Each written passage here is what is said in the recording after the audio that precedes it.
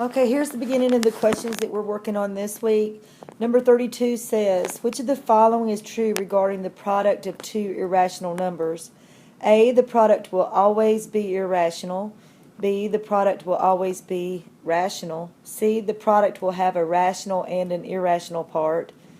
D, the product will have a rational and an irrational, can be rational or irrational depending on the two irrational numbers. So what I did was I picked two different irrational numbers. My favorite one's pi. If I multiply, because it says product, pi times pi, that gives me pi squared. And that definitely would be irrational. If I multiply the square root of 2, which is irrational, times the square root of 2, that gives me the square root of 4, which equals 2. So that would be considered rational.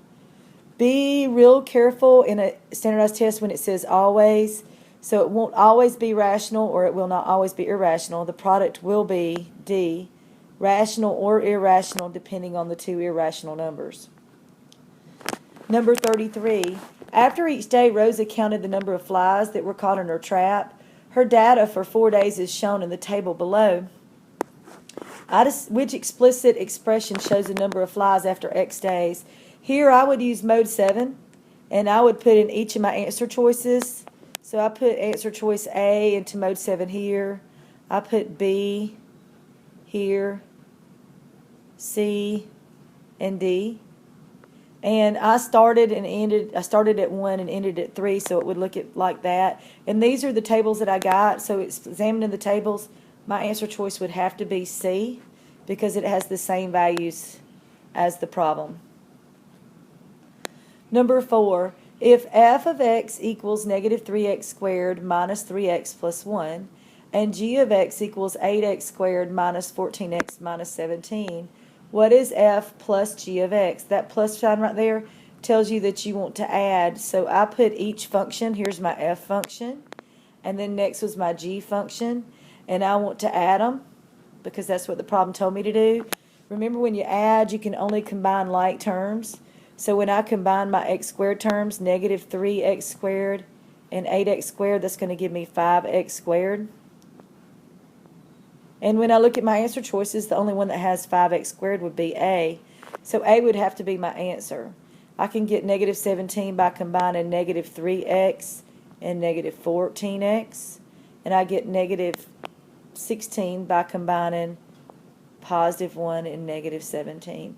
So my answer was A.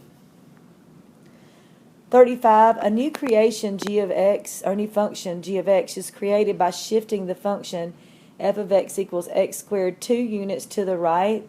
Remember, that's horizontal, so it's got to be inside the parentheses. And 1 unit down, that's vertical, so that would have to be outside the parentheses. So I would say to the right would be positive, so change the sign to be negative 2 squared. And 1 unit down would have to keep the same sign, negative 1. So my answer choice would have to be D. 36. A play area with the border is shown below. The width of the border is x feet. So I put x in each corner. And the play area are 14 feet and 9 feet respectively. What is the total area? Now remember, to find the area of a rectangle, it's base times height. So if I look at my base, here's my base. Notice I have a 14 and a 2x, so that would be 14 plus 2x. There's my base. And I've got to multiply that by the height. So if I multiply that by the height, here's my height. So I have 2x's there. So 9 plus 2x. So my area would have to be B, 14 plus 2x times 9 plus 2x. 37. What is the solution to the equation x squared plus 2x equals negative 2? Now I want to use mode 3, so I need to get it equal to 0. So I eliminated the negative 2, and I put a positive 2 on either side. That gives me x squared plus 2x plus 2 equals 0. And then I put my values in for A, B, and C in mode 5-3. And it told me that x1 equals negative 1 plus I, and x2 equals negative 1 minus I. So that makes B have to be my answer. And that's it for the first 5. If you need more help, watch another video.